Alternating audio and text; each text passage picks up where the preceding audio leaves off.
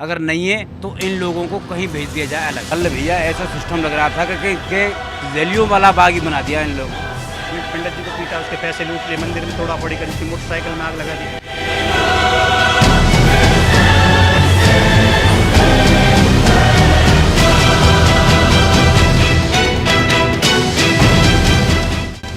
एकदम आदमी के अंदर ऐसा भय घुस रही है कि आदमी ये सोच रहा है कि 10 साल जिएंगे ना तो आज ही मर जाए तो अच्छा है। यहाँ पे मिलिट्री गिरनी चाहिए। इस एरिया के अंदर सारे डकैतन के एरिया हैं, चोरन के एरिया हैं। आ करके मेरे साथ उन्होंने ये कहा है कि तोड़ दो मंदिर को, पीटो इन्हें, मारो इन्हें। हम वहाँ थे, वहाँ कमरे पे अपने पे।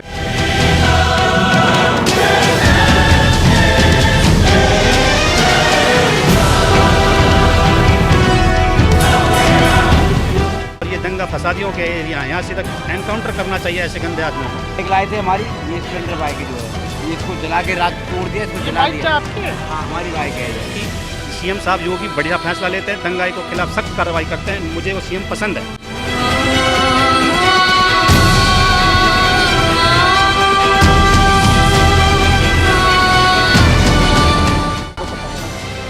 कुछ और मोहल्ले के बंदे भी आए थे, वो भाग के आए थे, जब जाके मंदिर बचा दिए। ये पडली रोड नूह का इलाका है। यहाँ पर मंदिर है बाबा गोरखनाथ काली माता मंदिर का। हमारे साथ पुजारी जी हैं। पुजारी जी, कल आप यहीं थे मंदिर में? हाँ जी, मैं यहीं बैठा हुआ था।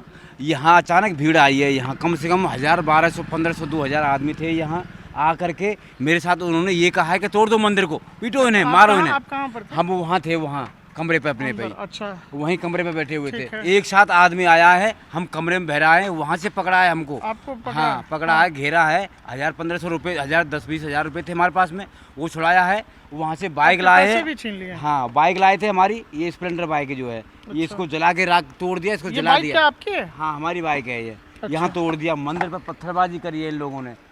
यहाँ ला करके यहाँ ये नल वगैरह सारा सिस्टम तोड़ दिया उन लोगों ने। तोड़ने के बाद मंदिर पत्थरबाजी करी है, मंदिर का तारा तोड़ा है उन लोगों ने। तारा तोड़ने के बाद उधर से फिर तोड़ा ताड़ी करी है। यहाँ भी लठ बजाए उन्होंने, इधर भी लठ बजाए। ये ईंट पत्थर जो ये सिस्टम पड़ा है, ये सारा उन्हीं का है। ये दंगा हुआ और उसके बाद में कम से कम 2-3 घंटे यहाँ पत्थरबाजी हुई है। इंतजाम था पानी पीने का, कुछ है वो तोड़ दिया गया, उखाड़ दिया गया है। मंदिर के अंदर भी पत्थरबाजी करने की कोशिश की गई है। ये कैसी दुश्मनी, कैसा गुस्सा है, आप ये समझ लो। पंडित जी की बाइक की हालत आप देख लीजिए क्या है, और ये पत्थर देख लीजिए, ये है पत्थरबाजी के निशान। चारों तरफ पत्थर आपको मिलेंगे। पूरे शहर की हालत हमने आपको दिखाई है। अब सवाल है कि इंसान को इंसान से दुश्मनी समझ आती है। ये भगवान ने किसी का क्या बिगाड़ा है? मंदिर है, अंदर भोले बाबा होंगे, उसको नुकसान पहुंचाने की कोशिश है। सामने के दुकानों से लूटपाट हुई है, पुजारी को मारा पीटा गया है, पुजारी की बाइक जला दी गई है, और सामने कपड़े का दुकान था जिसको लोगों ने लूट करके बताया गया कि उस कपड़े का सामान जो निकाला उसको रोड पर ला करके आग लगा दिया। कल भैया ऐसा सिस्टम लग रहा था कि जलियों वाला बाग ही बना दिया इन लोग।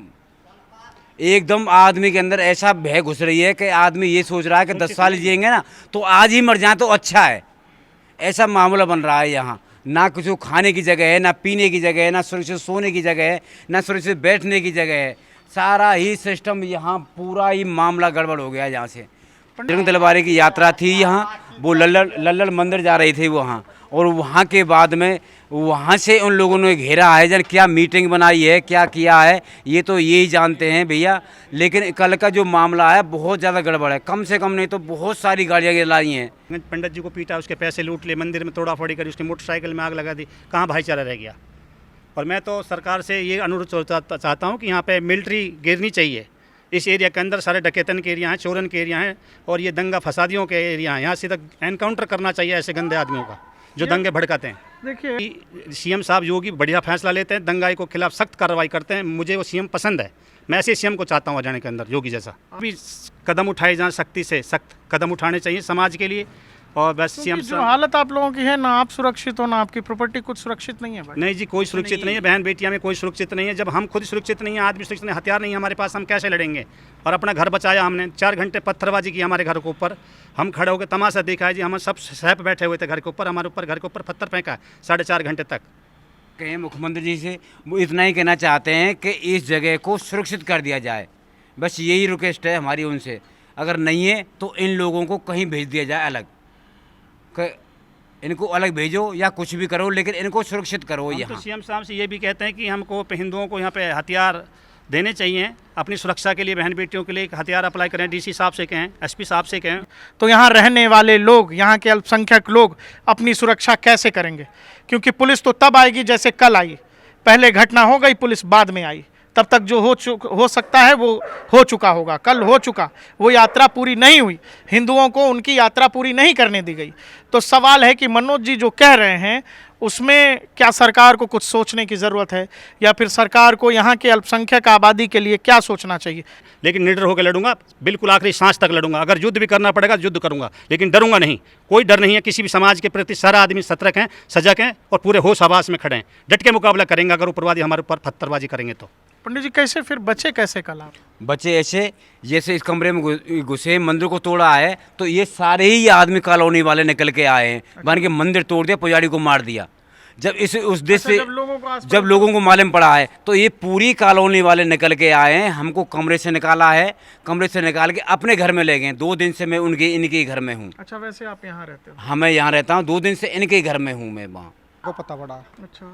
कुछ और मोहल्ले के बंदे भी आए थे, वो भग के आए थे। जब जाके मंदिर बचा भी है। अच्छा। इनके घरों पे पथराव भी हुआ है। हाँ। बराबर उन्होंने पथराव करे, हम पे निहत्ते थे सब के सब, किसी पे कुछ नहीं थे। उन पे सालों पे हथियार भी थे, बंदूक की गोली भी चला रहे थे वो। सब पे किसी पे कट्टा था, किसी पे बंदूक थी, सबों पे था उनका हथियार। सरकार से क्या कहे, प्रशासन नहीं आया। 1:30 बजे की लड़ाई हुई थी यहाँ, शाम को 7 बजे तक कोई नहीं आया था।